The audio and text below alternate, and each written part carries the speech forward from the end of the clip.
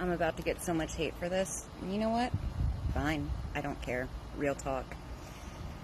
I wasn't really a Trump supporter. Definitely not a Clinton supporter. And I wouldn't vote for Biden. I was going to sit out this election because neither option was that great to me.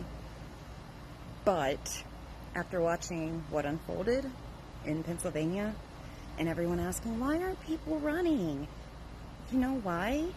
Because the Trump supporters represent the non-1%. They're the soldiers on the front lines. They're the cops out there handling all these rallies and violence. They're the EMTs saving you when you overdose. They're the nurses holding your hand. They're the teachers taking care of your children and being underpaid.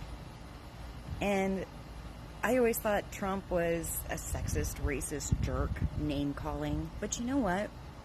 Watching the way he carried himself, picking himself up, it's a miracle. Good morning. Buenos dias.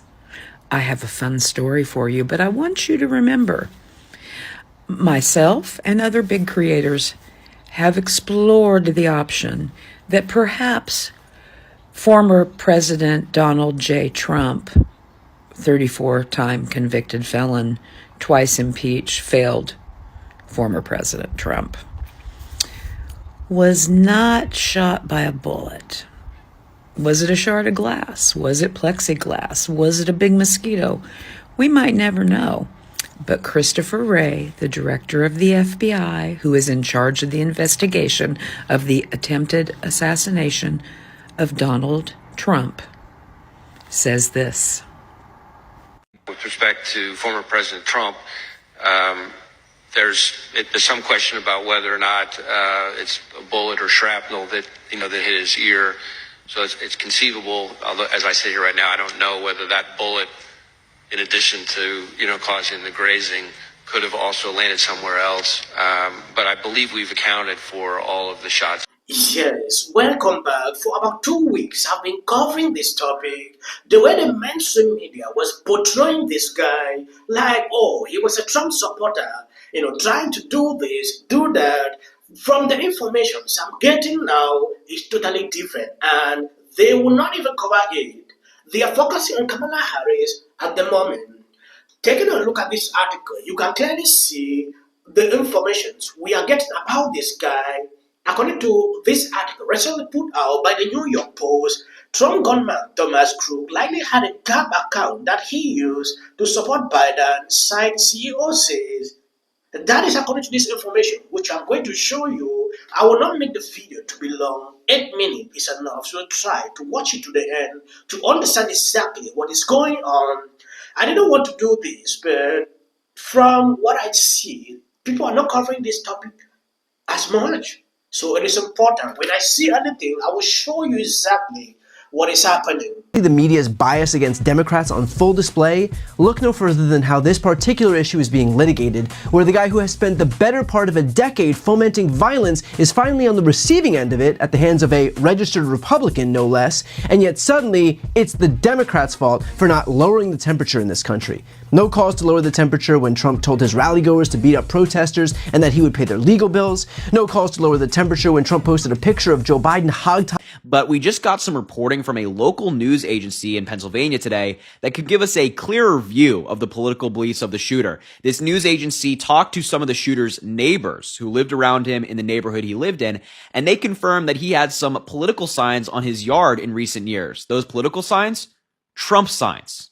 Trump supporting signs. Seriously. So we're going to look at the reporting. We'll talk about it a little bit, but here is that reporting from the local news agency. Investigators dressed in plain clothes as well as FBI agents approach this house. That's where the family of Thomas Crooks lives, which is right here on Milford Drive. Then we started to see those agents going door to door, canvassing the neighborhood and speaking with people who live here. They're trying to get answers to the many questions that still remain. Crooks's motive is still unclear. Records show he is a registered Republican, and neighbors today told us that they've actually seen Trump signs outside of the home over the course of the last few years. Yeah, so some fantastic reporting there from 11 News, a local news agency, I believe in Pittsburgh, Pennsylvania. They also actually spoke to neighbors who talked about seeing these signs in front of the shooter's yard. Take a look at that here as well. Neighbor Kelly Little had few answers for the FBI and just as many questions herself. She said until recently there were pro-Trump signs in the Crooks' front yard. There absolutely was MAGA supporting things for a while. MAGA supporting things the shooter had in front of his house. This is quite a startling. These were Libras spewing nonsense about it. Now from these informations, if they see this, they will never cough. They will not do a single video to say, oh, I'm sorry, I lied on air. CNN did, MNBC did segment trying to downplay what happened. But when the truth comes out like this, they will not speak about it. This is a 3D illustration of how many bullets were fired and their trajectory that struck 3 people at the Trump rally on July 13th, 2024. This is the area we're going to focus in on. Here you can see the 3 victims that were injured by gunfire and where they were standing in the bleachers. We're going to turn around and demonstrate exactly where these bullets came from.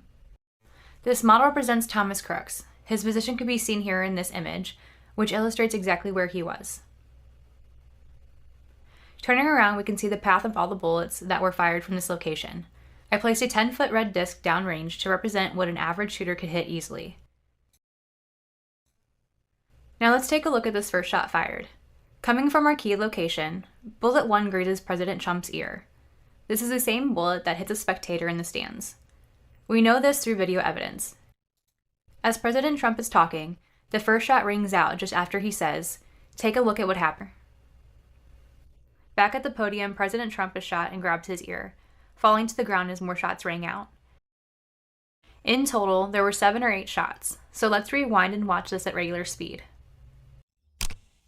Take a look at what happened.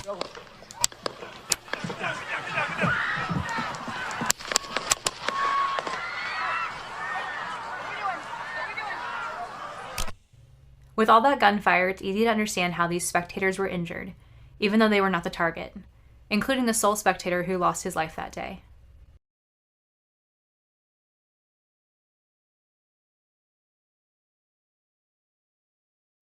As we circle around, we can see how all the paths of the bullets were hitting in the location of this forklift machine, causing one of the hydraulic hoses to burst. When you take a look at this article, Gap CEO Andrew said he learned Wednesday that Thomas Crook may have had an account on our platform after getting an emergency disclosure request from a law enforcement agency. The account, AP Microwave, which the CEO says he has been unable to confirm, was definitely Crook, posted on the site 9 times today. In total, Tobo tweeted just 30 minutes after getting the law enforcement request. While the account made very few posts on the site, the majority of them were in support of Biden, said the CEO of the platform launched in 2016 as a completely free speech alternative to Twitter. A number of posts, in particular, expressed support for Biden-Cove lockdown, border policy, and executive orders. This is actually a very good illustration, actually putting out what happened. When I watched this video, I had to redo it over and over to see the real analysis they will bring out. It actually portrays what happened that day. And from the information I'm getting, the FB is not giving us the information we want. Still yet, they don't know why this guy had to do that. We have gotten different kind of information still. And Republicans and Democrats are forming up a team to investigate this. I think this should be better. But there is one problem. They took up one man in that team who was part of the January 6th investigation to be part of that team. This same guy who wanted to strip off Secret Service protections to Trump. So bringing him to investigate this is actually a call for concern to me.